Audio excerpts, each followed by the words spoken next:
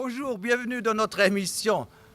Le rendez-vous, on se déplace toute une semaine au Cameroun. On a déjà fait Douala, on est descendu ce matin ici vers Kribi. Et on a découvert ce matin mon frère Aimé, parce que Benjamin, qui est responsable pour cette semaine, dit « Écoute, pendant longtemps, j'étais ici à Kribi, 2 ans, et j'ai un cher frère qui est fidèle depuis des années ici. Il faut absolument que tu le rencontres et lui poses 2-3 questions. » Alors, c'est un honneur pour moi, cher Aimé, de vous rencontrer ici, dans votre environnement. Je suis bienvenu chez vous alors. Oui. Vous êtes les bienvenus. L'honneur est partagé de vous voir ici arriver à Kribi. Donc vous êtes les bienvenus. Merci. Vous êtes une personne un petit peu plus âgée que les autres autour de nous. Là, autour de nous, on a des étudiants, les gens de la radio. Et moi, j'ai aussi un certain âge. Je commence. Mais vous êtes un aîné ici. Et comment les personnes aînées sont respectées en Afrique, ou surtout dans votre pays, le Cameroun? Oui, c'est déjà la grâce de Dieu d'être aîné. Parce que c'est Dieu qui donne la santé et les moyens de vivre. Et pour dire, en Afrique et au Cameroun, il y a les valeurs qu'on n'oublie pas. Parmi ces valeurs, il y a le droit d'aînesse. Et nous savons déjà que la parole en reconnaît, les cheveux blancs. Et ici, c'est tellement respecté en Afrique et dans toutes nos familles de respecter déjà les aînés. Donc, c'est des valeurs qu'on lutte pour ne pas perdre. Excellent. Mais vous avez certainement des bons aînés, et je ne veux pas dire des mauvais aînés, mais des aînés qui ne sont pas forcément un bon exemple. Donc, si vous avez un marabout qui a 80 ans, ce n'est pas forcément un bon aîné, non? Non, pas du tout, bien sûr. On sait qu'un bon aîné, c'est celui qui craint Dieu. C'est celui qui a les valeurs spirituelles à transmettre. Et déjà, les aînés, chez nous, ils gardent, n'est-ce pas, le patrimoine culturel de nos régions. Donc, une question, c'est un piège. Avez-vous des petits-enfants? Oui, beaucoup. Vous avez combien de petits-enfants? Bon, je ne peux pas, puisque chez nous, le petit enfant n'est pas seulement celui qui vient de ton enfant, mais c'est de celui qui vient de tout parce que j'ai compris aussi, cela. Ça fait 20 ans que je travaille avec des Africains, tout à coup il y a un qui dit « Ah, mon petit frère !» Voilà. Ah, mon petit frère! Et tout à coup, il est partout des frères, et juste que j'ai compris maintenant, il a 4 frères. Et les autres, c'est aussi des petits frères. Donc finalement, il a des dizaines et dizaines de petits frères. Justement. Donc voilà, c'est ça. En Europe, peut-être, on sait qu'on a 2 enfants. Les 2 enfants font les petits-enfants. Mais ici, c'est notre culture, effectivement. Oui, ça, c'est la culture africaine. C'est que l'enfant de sa sœur est son enfant. Il n'y a pas de différence avec son propre enfant. C'est presque biblique, hein? Oui, ça, c'est en fait la culture biblique. C'est pour cela qu'on dit que les Africains ont des valeurs spirituelles qu'ils ont reçues. Selon ce que Romain dit, qu'ils n'ont pas connu l'écriture, mais ils ont connu Dieu. La loi inscrite dans leur cœur. Alors, nous avons quelques images de la route pour venir jusqu'à voir le frère. Quelques images.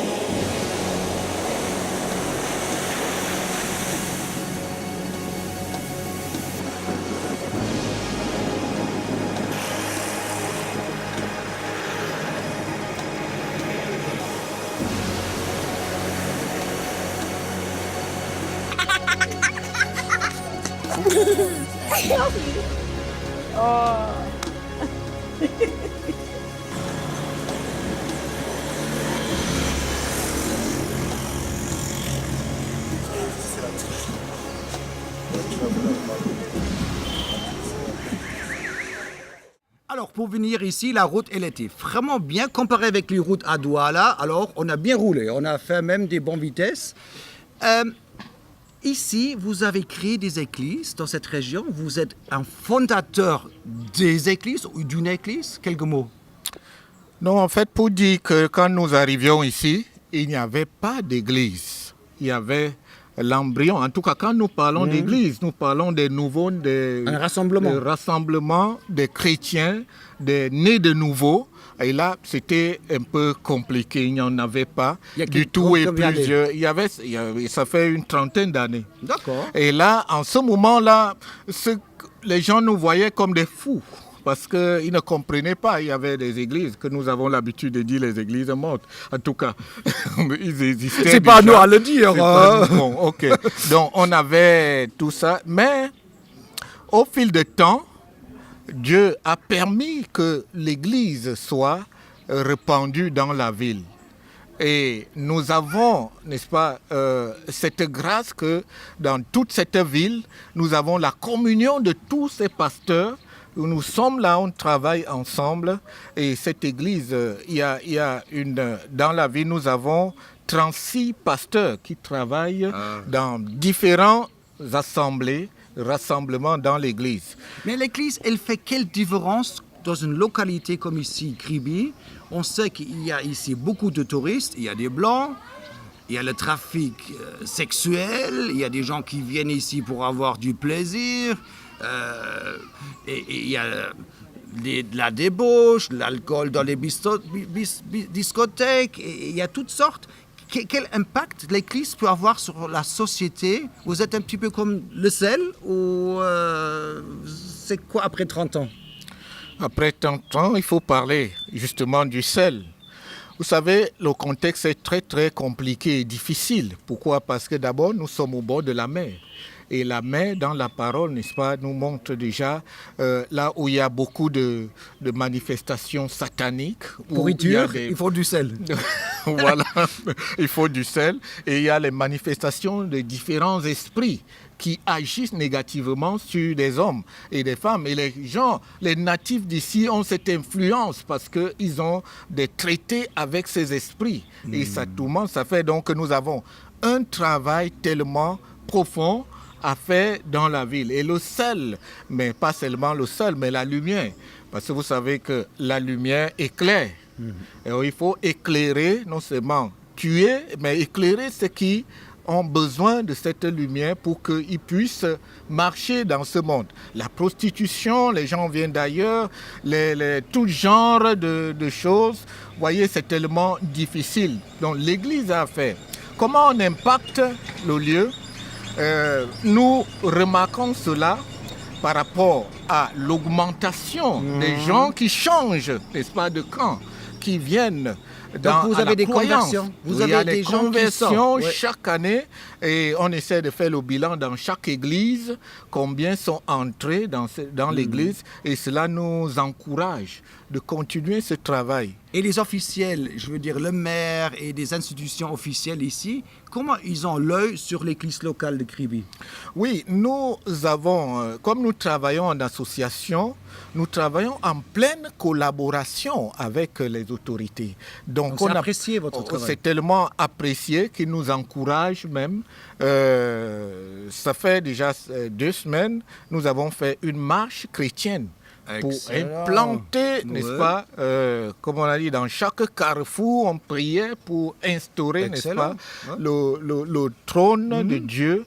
Et nous avons fait tout le tour de la ville. Excellent. Et à la fin, nous avons fait un culte d'ensemble où il y avait les autorités qui sont venues et ils ont tellement apprécié. J'ai une petite question de piège un petit peu. En venant vers ici, vers la radio, on a passé à côté une mosquée. Bon, elle était encore petite, hein, mais la concurrence, elle se présente aussi. Donc, depuis le Tchad et partout, Nigeria, il y a quand même des amis musulmans qui arrivent dans votre région, qui s'implantent aussi. Oui, il faut comprendre que l'influence ne vient pas seulement du nord, mais aussi de l'ouest. Ah bon? Vers la région de Bamoun, le roi Bamoun, qui avait reçu très tôt l'islam, a influencé toute la zone de l'ouest vers le centre. D'accord. Et la plupart, n'est-ce pas, sont répandus également dans notre ville. Ils sont plus nombreux même. Il y a donc une concurrence ardue. Mais pour nous, qu'est-ce qu'on fait?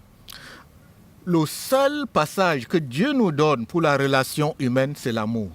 D'accord. Et avec cet amour, nous réussissons à pénétrer, n'est-ce pas, ces mosquées. Donc on ne peut pas confronter en discutant non, et faire des problème. conférences pour savoir qui est plus intelligent, qui est le meilleur livre et tout. Non, pas du tout. Je vais vous surprendre que l'imam central de la ville, c'est un ami personnel qui vient ici à la maison et que je vais chez lui, nous discutons, nous parlons, mais dans le sens de l'unité, de la paix et de l'amour. Mais c'est excellent. Oui, donc, ça c'est ce que nous faisons, nous travaillons tout à l'heure. Parce que la confrontation, elle est contre-productive. Donc de gagner quelqu'un déjà, et on peut partager un repas, boire quelque chose ensemble, manger, partager calmement des idées, c'est une partie de gagner l'autre. Dans les deux côtés. Hein. Bon, je ne sais pas si vous venez musulman un jour, mais peut-être vous avez la chance de gagner l'autre. Peut-être vous voulez entendre mon propre témoignage. Oui, c'est ça pourquoi nous sommes venus. De toutes les manières, je veux vous dire que je suis déjà on est là pour ça, d'origine musulmane. Donc, toute ma famille est musulmane. Et j'ai appris le Coran jusqu'à un certain niveau où, je ne sais pas... En arabe ou quelle langue? En arabe, le Coran se prend en arabe. Oui, je sais, mais il y a quelquefois des gens qui disent... voilà. Non, c'est en arabe. Vous pouvez tout parler, mais si vous faites le Coran hors de l'arabe, c'est que ce n'est plus le vrai Coran. Donc, nous avons appris ça. Il y a mon père, mon grand-père, ils ont fait la Mecque. Ils étaient là... Bon, c'est en classe de 3e à 16 ans que le Seigneur m'appelle. C'est là où je reçois un camarade qui était chrétien. Il venait avec les traités parce que c'était difficile de m'affronter pour me parler. Mais j'ai pu lire un traité qui m'a touché jusqu'à aujourd'hui, que Dieu ferma la porte. Alors là, ça parlait de Noé. Non, j'ai compris, mais si Dieu a fermé la porte, est-ce que je suis dans la maison ou je suis dehors? J'ai voulu savoir qu'est-ce que ça veut dire et c'est là où je rencontre le Seigneur. Je rends grâce à Dieu que depuis 16 ans, il m'a donné l'occasion de grandir dans la foi et d'expérimenter beaucoup de choses avec lui. Et c'est ça jusqu'à aujourd'hui, mais toute ma famille est encore là-bas. Nous avons des bonnes communions, une bonne relation avec eux et nous partageons beaucoup chaque fois avec eux. Donc, mais ce que Dieu a fait, c'est ce que Dieu m'a donné l'autorité dans ma famille. C'est-à-dire que c'est tout ce que je dis que la plupart suivent. Et c'est ça, c'est l'avantage, n'est-ce pas? Et maintenant, en tant qu'aîné, vous avez plus de poids en plus. Dire, voilà mon témoignage, je viens justement et vous avez tenu bon. Et vous êtes un exemple, vous êtes... devant tous ces gens qui vous observent et la nouvelle génération, vous êtes une statue. C'est là notre souci, que ce dépôt que nous avons, que nous puissions le léguer à plusieurs jeunes qui viennent. Parce que je connais un peu la foi, étant jeune, je sais ce que les jeunes vivent. Et c'est pour cela que je lutte, je travaille dans ce sens. J'ai même créé une association des jeunes. Nous travaillons dans les universités, dans les collèges, pour essayer de leur montrer la valeur de croire étant jeune. Il y a beaucoup de défis, mais on peut rester fidèle juste à ce qu'on soit responsable. C'est possible avec Dieu. Cher ami aimé, là, il y a une caméra et j'aimerais bien que vous faites une prière pour la nouvelle génération, que vous bénissez la jeunesse ici de Kribi. Et pas long, pas 3 minutes. Hein, donc, je comprends. Parce que le temps, voilà. Mais regardez dans l'objectif, dans la caméra, et vous bénissez les jeunes, des bonnes musulmanes, et vous bénissez cette nouvelle génération qui est autour de nous. Seigneur, nous te bénissons parce que tu es grand et puissant. De génération en génération, tu as existé. Et ce jour encore, tu existes. Voilà une nouvelle génération qui est derrière nous. Nous avons besoin, notre Dieu, que tu les bénisses, que tu les fasses grandir dans la crainte de ton nom, de vivre dans la fidélité, de montrer, notre Dieu, que tu es vivant au milieu d'une génération perverse. Nous croyons à ta fidélité et nous savons que tu peux le faire. Seigneur, regarde tous ces jeunes musulmans ou païens qui ont besoin de ta grâce. Ouvre leur cœur afin que notre Dieu il puisse te connaître comme le vrai Dieu, sauveur, celui qui est fidèle et celui qui a réservé des bonnes choses pour eux. Sois béni notre Dieu. Nous savons que tu es fidèle, tu nous écoutes. C'est par le nom puissant de Jésus-Christ que nous avons prié. Amen. Amen. Vous êtes la génération Abraham, quelque part. Vous avez, comme Isaac, béni un petit peu la génération. C'est important que nous avons des aînés qui sont là pour bénir la jeunesse. C'est un ministère, hein? Pas seulement devant la caméra, mais aussi quand vous êtes seul, n'est-ce pas? Oui, donc ça c'est notre travail. Même dans le sens de l'association des serviteurs de Dieu dans la ville, notre souci c'est ça, c'est encourager des jeunes, c'est déposer en eux des choses, des valeurs chrétiennes pour qu'ils restent, parce qu'il y a beaucoup de mélange aujourd'hui, que si on n'est pas vigilant, on peut se tromper et puis on perdra le temps. Et l'ennemi aime prendre même les petits temps de notre vie pour pouvoir nous distraire et nous faire oublier les choses importantes que Dieu nous promet. C'est un plaisir de faire connaissance avec mon ami qui s'appelle mon ami Aimé, pasteur Aimé. Et on va retourner encore dans d'autres endroits ici. On va profiter de cette région. Nous avons encore quelques images ici de Kribi. Au revoir. Au revoir, à la prochaine. À la prochaine, Dieu voulant. Et c'était un plaisir pour moi que j'ai toujours vu à la télé et que je pourrais être à côté. Donc, je rends gloire à Dieu. Au revoir et shalom depuis Kribi. Que Dieu vous bénisse. Bye bye. Et que la paix de Dieu reste sur votre vie. Au revoir.